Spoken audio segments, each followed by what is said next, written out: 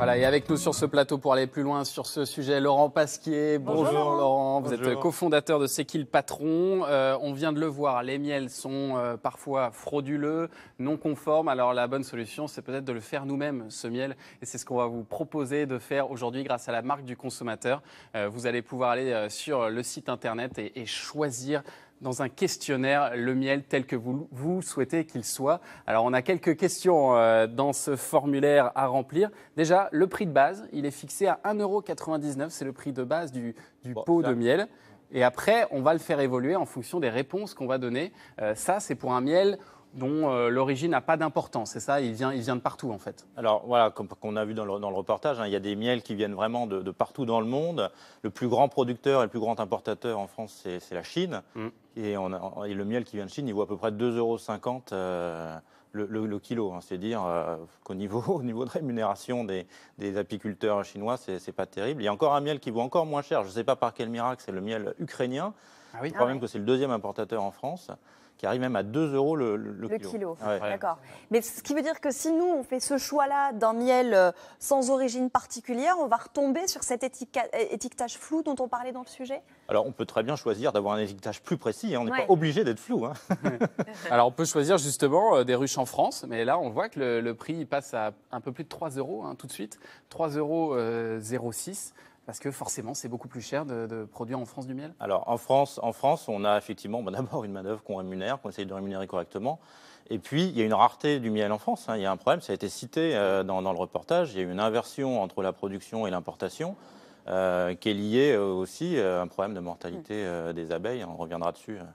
Alors, le miel qu'on trouve dans nos pots, il est parfois composé de matières issues de plusieurs pays différents, mais aussi composé à plusieurs époques de l'année différentes. D'où cette question sur le goût et la couleur du miel. Vous proposez dans le questionnaire un miel dont le goût varie en fonction des récoltes et de la saison, ou un miel dont le goût reste inchangé, peu importe les récoltes. Qu'est-ce que ça signifie, ça ? En fait, même le miel français, il peut venir de différentes régions et de différentes époques. Les plantes, elles fleurissent à certaines époques. Les pommiers ne fleurissent pas au même moment que le colza ou que le tournesol. Voilà. Et donc, ce n'est pas le même nectar que les abeilles vont venir butiner dans la fleur. Et donc, le miel va être différent en fonction de l'époque, puisque donc, en printemps ou à l'été, ça ne va pas être les mêmes fleurs. Et en fonction des régions aussi, dans le nord de la France, on n'a pas les mêmes fleurs que dans le sud de la France. Voilà. Donc si on mélange les miels régulièrement, ça va permettre éventuellement, pour un intérêt qui n'est pas forcément formidable, mais d'avoir le même miel toute l'année. Le même goût toute l'année.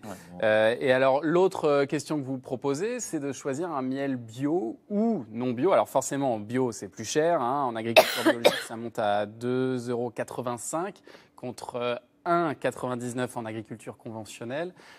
Est-ce qu'on est sûr que c'est vraiment du bio ? Parce qu'on a toujours cette question de savoir est-ce que les abeilles se concentrent vraiment à butiner juste sur des... C'est une bonne question. Alors les abeilles, effectivement, elles volent et elles s'éloignent de la ruche jusqu'à 5-6 km des fois de la ruche.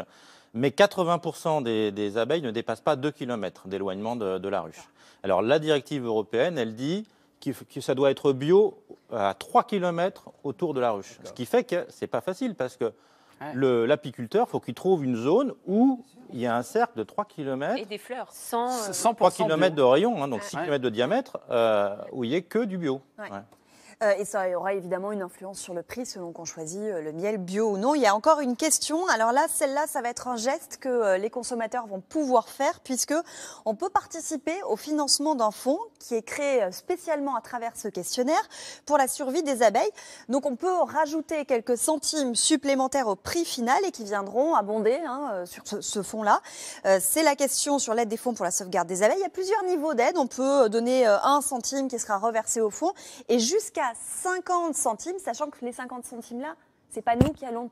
Pas intégralement. Voilà, intégralement cette somme. Alors l'intérêt de ce fonds qu'on crée en même temps que le miel, c'est qui le patron. Vous connaissez tous cette phrase attribuée à Einstein, si les abeilles venaient à mourir, l'humanité n'en aurait plus que pour 4 ans à vivre. Oui, parce que c'est quand même le pollinisateur le plus important, l'abeille. Et donc, si on ne pollinise pas, on n'a pas de fruits. Si on n'a pas de fruits, on n'a pas de reproduction des plantes. Si on n'a plus de plantes, c'est quand même compliqué. Donc, je l'ai cité tout à l'heure, on a un problème de mortalité des abeilles. On a 30% des abeilles qui meurent chaque année de façon anormale quand même. Donc ce fonds, il vise à améliorer la santé des abeilles et à diminuer leur mortalité. Alors il y a 2 causes principales.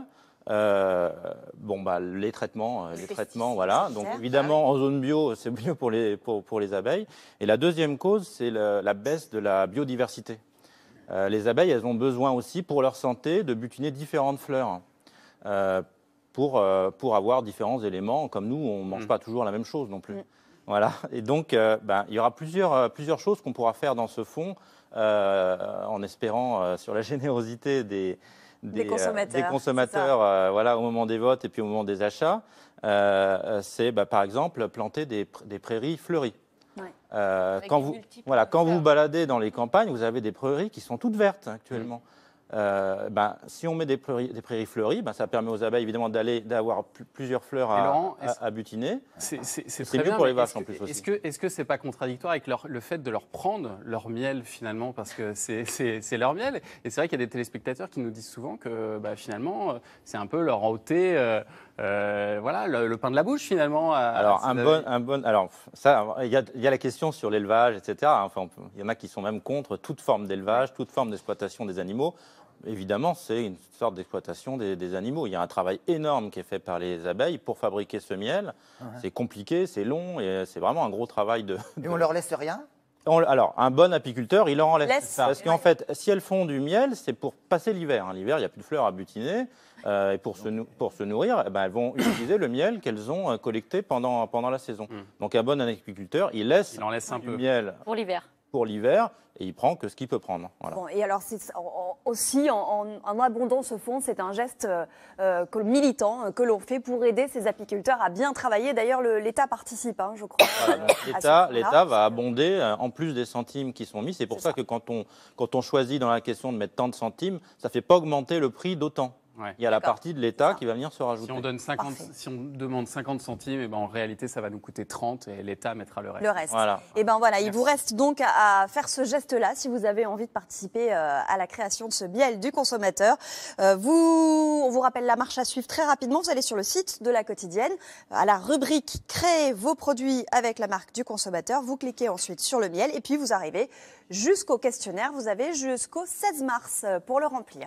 Voilà, il faut aller vite. Et puis dans 15 jours, on se retrouve, Laurent, pour faire un point sur d'autres produits dont on vous a parlé dans les mois précédents. On fera un petit point avec vous pour savoir où est-ce que ça en est. Merci beaucoup, Laurent. À très vite.